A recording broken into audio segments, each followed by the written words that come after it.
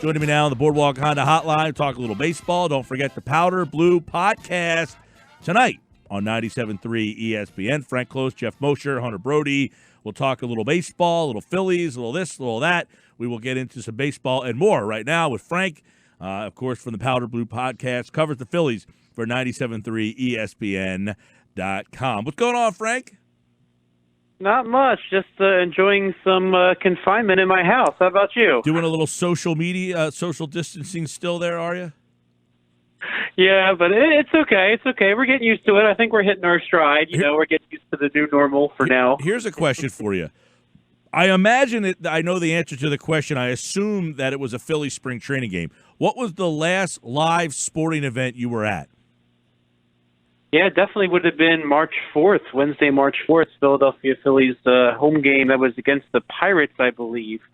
They played that night in Tampa. I didn't catch that one, but I was at the day game there. And little did I know on March 4th that would be the last one for a while. Yeah, I was actually Miami Heat versus the Boston Celtics down in Miami when I was at the Super Bowl in February. So I haven't been to a live sporting event since February, and that's the last one that I was at. I was just kind of randomly thinking about that today. It was like, man, what was the last live sporting event that I was at? And, it was down there at the Super Bowl. But, yeah. By the way, I am kicking myself because I missed the opportunity to see Colin Thompson play in Tampa for the XFL. There was a game that Sunday night. I didn't make it. I figured I'd catch it another time, and now I'm kind of regretting that. Well, it's funny because I was supposed to, as you know, to go to Clearwater on March 17th. Well, March 16th is when essentially the walls came closing in. They closed the casinos. They closed everything down. And at that point, I said, look, I'm just not going to make it. But that Saturday, I was supposed to go to the XFL game in Tampa that Colin was playing, and I never made it to the game. But the conflict that I was worried about was that the NCAA tournament was also in Tampa at the same time, and that if West Virginia and Colin played at the same time, I would have had to made a big decision there. But yeah, I never got the chance to go down and see him. Yeah, very, very disappointing, and it's a shame they're not going to be around next year either. Yep, XFL closing its doors, filing Chapter 11 bankruptcy. By the way, so the MGPT Top 5 at 5 yesterday was our top 5 concerts of all time. And I saw, Frank, you chimed in at Mike Gill Show on Twitter and gave us your top 5 concerts of all time. Now, some of these, Seether at the Electric Factory. Now, anything at the Electric Factory is a very, very good one. Seether, I was not a big fan of. Out on Seether. The Green Day Jimmy Eat World show. I have seen Jimmy Eat World, never saw Green Day. Now, David Bowie, Busta Rhymes, Moby, and the Blue Man Group. Tell me about that night. Yeah, that was something. That was a day-long festival. It was actually put together by Moby, and I think it was called Area 1. And so it was just a day long of very diverse, I'll say, very diverse musical acts. Although I will say I felt bad for Busta Rhymes because he's up there performing and nobody cared. Like the crowd was probably, I'd say that the crowd was like 75% Bowie, maybe 20% Moby, and then he got the short end of the stick. Nobody was really paying attention to the Busta Rhymes part. Overall, it was a really neat day. Who had more of a crowd, Busta Bust or Blue Man Group? They might have been even, unfortunately. Jeez. I think the fact that Busta Rhymes was so much unlike the others, Moby was popular at the time, and a lot of people probably knew Moby and liked Moby enough that were David Bowie fans, that it was like, okay, sure, let's do it. I know one of my longtime roommate, he was a big David Bowie fan, and so we had to go see it just for David Bowie. That was our motivation to go there, and I'm glad I did get to see David Bowie. When I saw that, I was like, now, I was wondering when you sent that, which of those artists was the reason you bought the ticket? Was it for Bowie, Busta, Moby, or Blue Man Group? Definitely Bowie, although he did not have the top billing. It was actually Moby because Moby put the day together. But yeah, definitely David Bowie. I'm really lucky to have seen David Bowie once live. All right, number 2, Red Hot Chili Peppers at the TLA. Now, I saw the Chili Peppers at the Wells Fargo. Seeing them at the TLA had to be better. Oh, well, actually, this was pretty neat because I was a senior in high school, and they had an essay contest, and I won. And so this was a concert at the TLA for just high school seniors who won this essay contest. So you never get Red Hot Chili Peppers at a venue that small and that unique. And so this was right at their Californication album. I don't know. Were you doing the alternative rock back then? What year is this? 99, I think it was. I'm still in college at that point. Yeah. So that was my senior year of high school. So it was definitely a neat experience. It was basically however many high school seniors they fit in there, plus John Belaris and Lauren Hart, who were dating at the time. And your number one show, Lincoln Park and Cypress Hill at the Spectrum in Philly. You know, which is interesting. Like, I didn't realize Lincoln Park was performing when the Spectrum was like still standing. I guess the Spectrum was still standing for a bunch of years after the First Union or Wachovia or whatever the heck they called it back then was standing. So I guess they still used it as a concert venue. They did, and it was a pretty neat show. Again, you get a little bit of everything with that kind of show. I certainly liked Cypress Hill in the early '90s, and still do. In Lincoln Park, that was my first glimpse at them. That was when Hybrid Theory had just come out, and they were just kind of getting big because they had cycled through. That was 2002. And they had cycled through town in 2001, and Lincoln Park was at the TLA for that show. So they definitely were a much bigger, finally like a big act at that point, and the fact that they were with Cypress Hill was pretty neat. All right, Frank Klose, don't forget the Powder Blue podcast tonight. They'll talk about the quarantined Arizona baseball possibility. Now, that's what Jeff Passan threw out. Bob Nightingale had the Cactus League, Grapefruit League scenario, but Passan kind of said that, hey, look, at this point, it's like Arizona or bust. Is that how, it kind of feels that Florida Cactus League, Grapefruit League thing is kind of out the way? I thought that the players would go for that more than the quarantine bubble of being in Arizona. Like, you get to at least be in your spring training home. Right, yeah. At least you have this sort of sense of ownership there. Like, this is my home. And certainly for the spring training sites, a lot of players who are mainstays with the organization, they probably have houses down there. Maybe they can even extend some space to live to some teammates. Maybe you're not as, I don't know that they're going to necessarily throw everybody in the La Quinta and Route 19. Like what seems to be what would have happened in Arizona. Do you have to do that if you're your own spring training site? And but it seems to me that a lot of the questions will sort of remain. I don't know how one would be better than the other than Florida is expecting to still have some more cases, perhaps lingering a little bit longer. I was looking at the numbers on that one pretty reliable. I would say we don't know what the really reliable projection sites are, but that COVID-19.healthdata.org. When you look at Arizona on that, there's a much smaller occurrence of COVID-19 than you see in Florida. Now, they expect their peak resource use in Arizona on April 30th, but then, you go down to Florida, it's May 3rd, which doesn't sound like much different, but the spike is going to be substantially higher than you see in Arizona. Again, just projections, and, we're kind of basically at the mercy of sort of the development of vaccines and of rapid testing and of antibodies that may or may not work. So, unfortunately, there's just so much that needs to happen before you can really comfortably even begin to do some of this. Now, I saw that in Italy, they're starting to do some open up the country in some ways, like starting with like construction and maybe other semi-essentials like children's clothing stores and stuff like that. So the way that that's going to play out might indicate whether or not this might begin to work here in the United States. But unfortunately too, if people don't just hunker down and deal with what they need to deal with for right now, this could just substantially get worse. We're constantly hearing of people that are still gathering despite the guidelines, and that could play a big factor into this as well. Yeah, so you got that. You got also, as you mentioned, the spring training divisions. I mean, I don't know. How do you feel about, for 1 year, having the Grapefruit League be the actual, the divisions were going to be 3 divisions within the Grapefruit League: Philly, Toronto, New York. They're all within 20 minutes of each other. And then the Tigers and the Pirates. which one's about 45 minutes to the west and the other one's about an hour and 20 minutes to the south. So you would have those 5 teams within like a 2-hour bubble of each other, and that would be your one division. And then the east coast of Florida would be another division, and then the southern west coast of Florida with West Palm and Sarasota, that would be a third. And for 1 year, you would have some really wonky division setups. I actually kind of like it. I think that'd be a neat change of pace.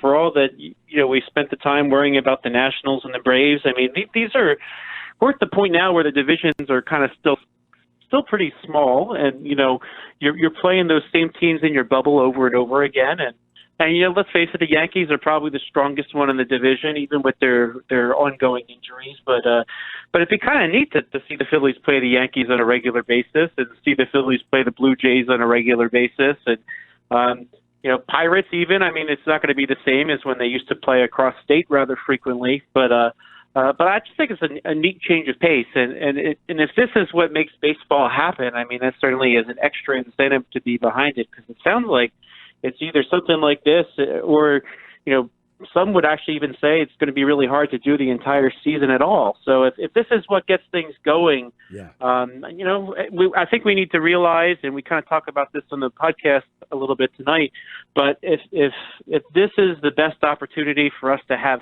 something, maybe we just sort of deal with it for what it is, and not try to compare it too much to the regular baseball season, and just kind of enjoy that it's different, and get ready for the real thing.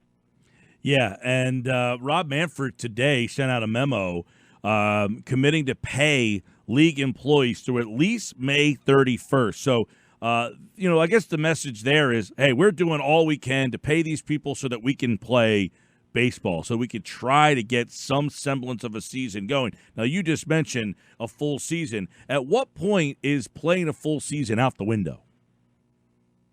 I think if you can't start by the latest I can see it going is ideally by the 1st of July, if not mid-July, because you can't push it back that much. And I know they've talked about having a World Series site predetermined that's in a warm weather place, but there's just too much that's going to happen. Think about our personal lives. How many people we know that have weddings and other types of things that are pushed back right now? Well, everybody's scheduling everything around the same time, because at some point you just have to give up on some of the things that you otherwise would have done, and just need to get on. There's going to be some weddings, and not everybody's going to be able to go, and that's unfortunately the reality. Because if everybody pushes back to when the country all of a sudden decides to open it back up again, then you just can't fit everything there, and that'll be true of the sports world too. You just can't have all 4 sports just all of a sudden reappear and then expect it to work. So I can deal with a shortened season if you can get to the 81 game mark, perhaps half the season. I think that should be enough, and you should be able to do that even if you get to July. Yeah, well, we're talking with Frank Klose, 97.3 ESPN.com. Don't forget the Powder Blue podcast tonight. The guys will talk a little bit more in depth on all of these stories. I don't know if you saw, Neil Walker was on Pittsburgh radio, and he essentially said, look, I talked to other guys. We are not down with this Arizona concept. It doesn't sound like at least the Phillies team has they're not getting a whole heck of a lot of support from the Phillies team. Yeah, and that makes a lot of sense. I mean, Arizona, if they're going to play out in Arizona, it might as well be, I don't know, Winnipeg. I mean, it's so far removed from their day-to-day lives and their families. That's why I kind of like the Florida idea, and perhaps that's why the Florida idea ended up happening. That if you're just talking about containing everybody together, at least do it in a way that's not 100% disruptive of people's lives. I mean, going to Arizona, that's just not something in the vocabulary of the players and the teams. That let's face it, someone like Neil Walker, he probably had other options for some place to play, and he's a guy that's from New York area, the Pittsburgh area, and played in Pittsburgh and played in New York, and he chose to sign with the Phillies, and that was for a reason, right? That's perhaps the most comfortable option of his options that he had, and so. just to go to Arizona and lock them down like that, I just can't see that working. And if it's really about containment, then why not contain them someplace much more comfortable? So I think that the conversation for the Florida sites as well sort of stemmed out of reaction of people like Walker, who just might be horrified at that idea. And again, we'll see. A lot of this rests on developments. I mean, you can't do it right now, so it's probably going to be a few weeks before you can even see what exactly is possible under the circumstance. All right, Frank Klose, 97.3 ESPN.com, at Frank Klose with a K. Don't forget the Powder Blue podcast tonight, as the guys will take a look at the possibilities laid out this week and further in depth from Jeff Passan and Bob Nightingale and all the potential opportunities. Have you heard, by the way, I thought Josh was kidding. No, Jeff Passan was kidding when he said the Japan model, which Tim Kirkchin floated out there, that the teams would go over to Japan and kind of get the season off. Was that something that you had heard at all? I did not hear that yet, if that's the case. But I probably will go check now. But I think if they don't like Arizona, they're not going to like Japan anymore. Yeah, Kirkchin said he thought the source that told him this was actually joking, and really didn't take it as kind of as a frivolous report. But the source told him, no, this was an option that was being kicked around. I don't think it's being kicked around now, but I could not see that happening at all, that the families are going to say, yeah, you know what, let's we don't want to go to Arizona, but we're more than happy to go to Japan to start the season. Yeah, and I think we know how the media works. They sometimes like to leak these things out to get a reaction and or at least prepare people mentally for some of these things. And I think that the Arizona one came first, so you could have people like Neil Walker say what they think about it. And then the Florida one, I don't think that they're at the point where they're leaking something like that. And I doubt that they would at this point, even if they actually kicked the idea around. And who knows how seriously they actually even considered it. By the way, in this kind of limbo time that we're in, could the Phillies and JT Realmuto get something done? Are you allowed to do stuff like that during this time? No, the rules are you can't negotiate at this time, unfortunately. It seems like the best possible opportunity. Now, I don't understand why a player can't negotiate with his own team. That's the one thing I didn't understand about this. But they did shut down transactions. They should be shutting down the negotiations among players as well. And although I don't understand that totally, I mean, if he's Phillies property, he's Phillies property. And even if there's no season this year, you're never going to give them the opportunity to negotiate with their own player. I think that's something that I mean, God forbid it goes that long and there ends up not being a season. I mean, they'd have to at least extend teams a window to talk to their own players, because the Phillies certainly are very motivated to keep him. Yeah, that's a good point, Frank, is the fact that was kind of negotiated out by these teams, which was, look, if there is no season, too bad, you're going to lose the rights to your free agent. So, JT Realmuto is a very high-profile guy that the Phillies could lose their rights to. The whole Mookie Betts thing, I mean, that thing could end up blowing up in the Dodgers' face, if they end up not having a season. Think about all these guys. Even think about it, it seems frivolous to bring up, but Bryce Harper, you signed this guy for 13 years and $300+ million, and that essentially one of those years almost got taken away by no fault of anybody's, but that you missed out on a part of his 1 year of his contract. And let's face it, when you consider the entire financial package, you realize going in you're paying more for years like this one, where he's essentially in his prime. Again, the average annual value is what matters for the competitive balance tax at the moment, but if you're the Phillies, you signed Bryce Harper expecting to pay for those peak seasons and knowing you're going to pay more than you should for perhaps his later years in his career where he's not the prime player that he is right now. So yeah, it definitely hurts when teams miss out on the prime of some of their young players. But you know what? Maybe by the time baseball resumes, if that's the case, then maybe it's time to turn the calendar to the Spencer Howards and Alec Boehms of the world, but yeah, it's just it's just bad for everybody, really. It's been a very difficult time, and I know baseball because their season never got off the ground. Hockey, they could just scrap a bunch of games at the end, go to the playoffs if they want. Same with basketball, but baseball actually has to try to get this thing started and off the ground. That's what makes them a little different from the other two sports, and the thought of I don't know. Who's in a worse spot? Baseball saying we're not even going to be able to get ours off the ground, or the other sports saying we've went through 60-plus games and we can't get to the finish line. I think they're both in a really tough spot, but baseball just trying to launch the season seems to be a very difficult spot here for them, is that the fact that they never even got their season off the ground. Yeah, I think the thing that would, provided that baseball actually does play, I mean, at least once you start, provided that you know you're in the clear, at least you can sort of look forward to a playoffs and a championship. But the NHL and NBA, there's so much unknown right now. And, if you just sort of say, okay, it's safe to play, like how quickly do you go to the playoffs? I mean, they do have a good number of games, under their belt already, but it must be hard to just pick up and just sort of go into the playoffs, because that's probably what they're going to have to do. Yeah. I mean, they're not going to, maybe they'll play some regular season games, but how can you rebuild that momentum after what was most of a season, and then all of a sudden now you have to try to find a way to conclude it? At least with baseball, if they get started at some point, then it can sort of go its natural flow and build into the playoffs. I just can't imagine it just stopping and then starting again. And one example, which maybe isn't the best example, but the strike in the 1981 baseball season.